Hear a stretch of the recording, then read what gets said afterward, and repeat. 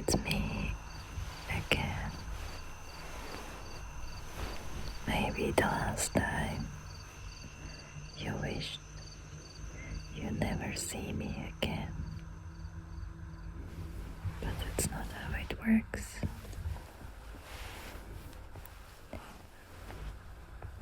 Well, I hope you are terrified to see me again.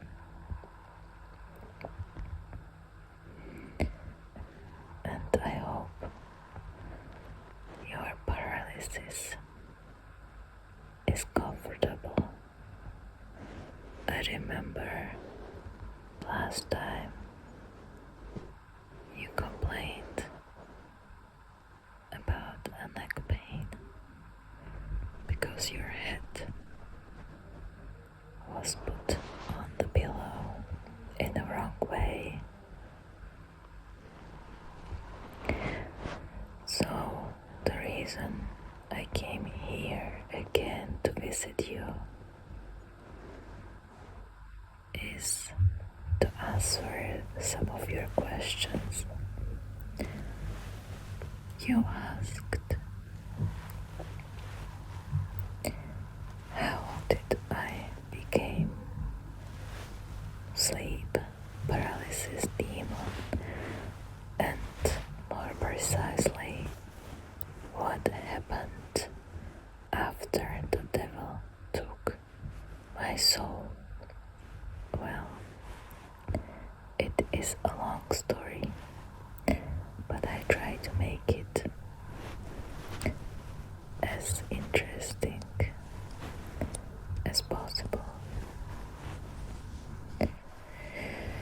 You see, after my soul was taken by the devil and my body continued living on the earth without any memory, any personality, just nothing, just empty shell. My soul had a different fate in the underworld. In the demon realm, I joined a symposium during which my fate as a soul was to be decided. The demonic realm has very complex and intricate hierarchy and order. So complex that no one can ever imagine it. When I was a monk, I used to study ancient religious texts, including texts about demons and demonology. For example, the most famous texts from the King Solomon, but also many others who are now long gone. I also know that after me there were so many wise men who tried to comprehend and describe the demonic hierarchies, but none of us were ever even close to being correct. I can tell you about it another time. But now, let's talk about how me as a soul, became a demon. First, at the symposium, you are joined by millions of other souls that were collected by devil, or they chose to be there. The souls have no physicality, they have no shape, they have just a presence that you feel. In order to be given a specific demonic job, thus each soul goes through a soul-crushing experience. Think of it as an initiation ritual. Each soul experiences multitude of emotions. For example, you can feel a grief and go through a whole grieving process. You can feel fear and terror. You can feel poverty, exhaustion, anxiety, heartbreak, and many, many others. As you are going through each of these emotions, your soul either stays shapeless or it starts to form a physicality, a tangibility. Those emotions that make your presence tangible are the ones that you are going to be responsible to evoke as a future demon. That's the first step and the most crucial one. The next step is very straightforward. Once your soul became more tangible, let's say thanks to emotions like anxiety, terror, exhaustion, the options to become a certain demon appear in front of you, and you can choose. Mine were a sleep paralysis demon and some other demons that I can't remember as I took zero interest in them. And why sleep paralysis demon, you ask? Well, I believe it was because I was always interested in the intricate and thin boundary between consciousness and subconsciousness, that dreams are evoking. Sleep and dreams are like a special door that allow you to travel between different realms.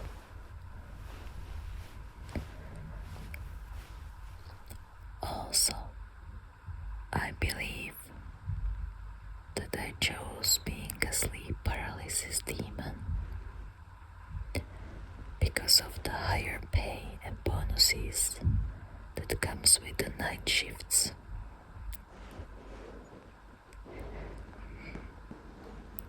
When I was a monk, I used to be a night owl. I loved to work and write when everyone else was asleep, and I could only hear the sounds of cicadas at the night. Once my demonic kin was chosen, I have joined the rest of the sleep paralysis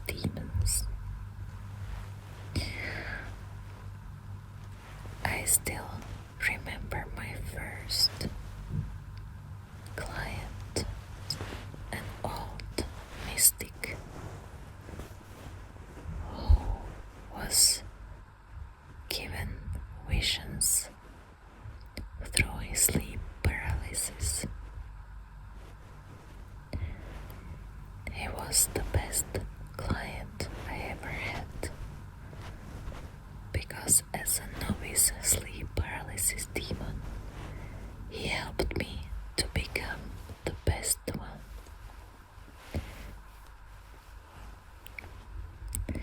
He taught me what to do and how to navigate my clients through those visions and paralysis, and how to understand the true value of sleep paralysis. You see, back in the time, like thousands of years ago, sleep paralysis was a spiritual awakening event.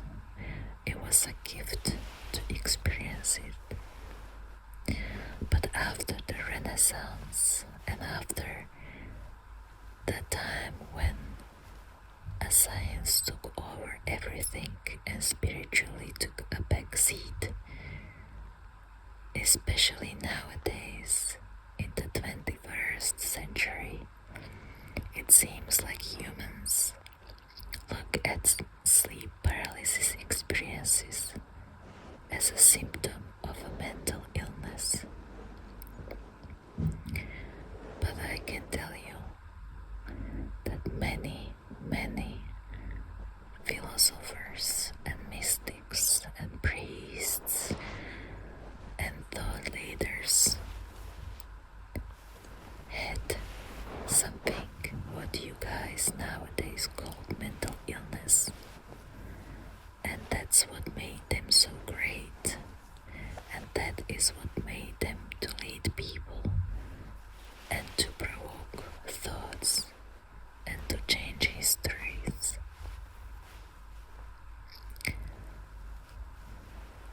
On the other hand, science is obviously very important, but spirituality as well.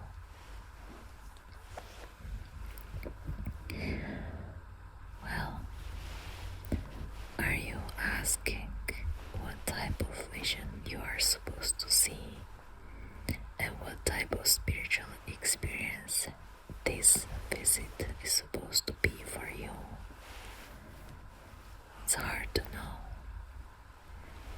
You are the one who are orchestrating it. You are the one who is orchestrating it. The way how it works is when you are taking a path in your life that your soul is not meant to be on. You can see few symptoms and things that manifest this disparity, this cognitive dissonance,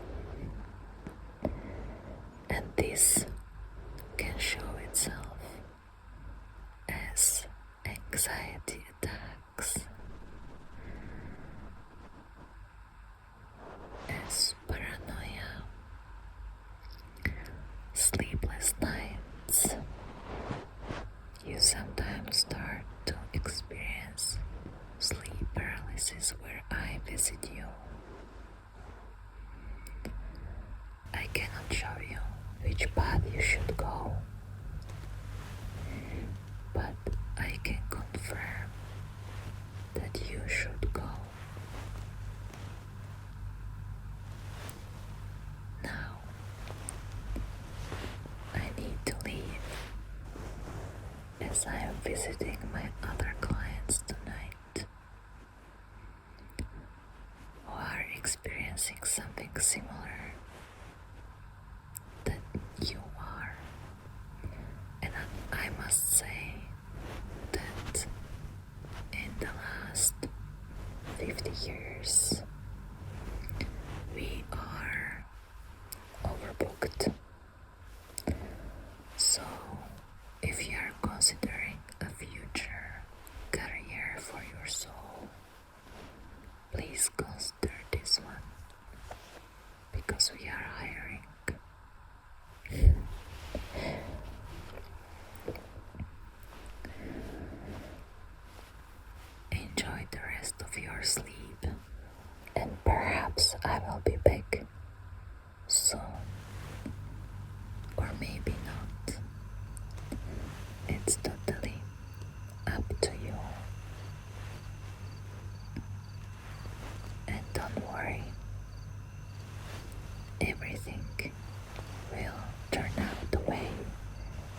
you wanted, your soul wanted.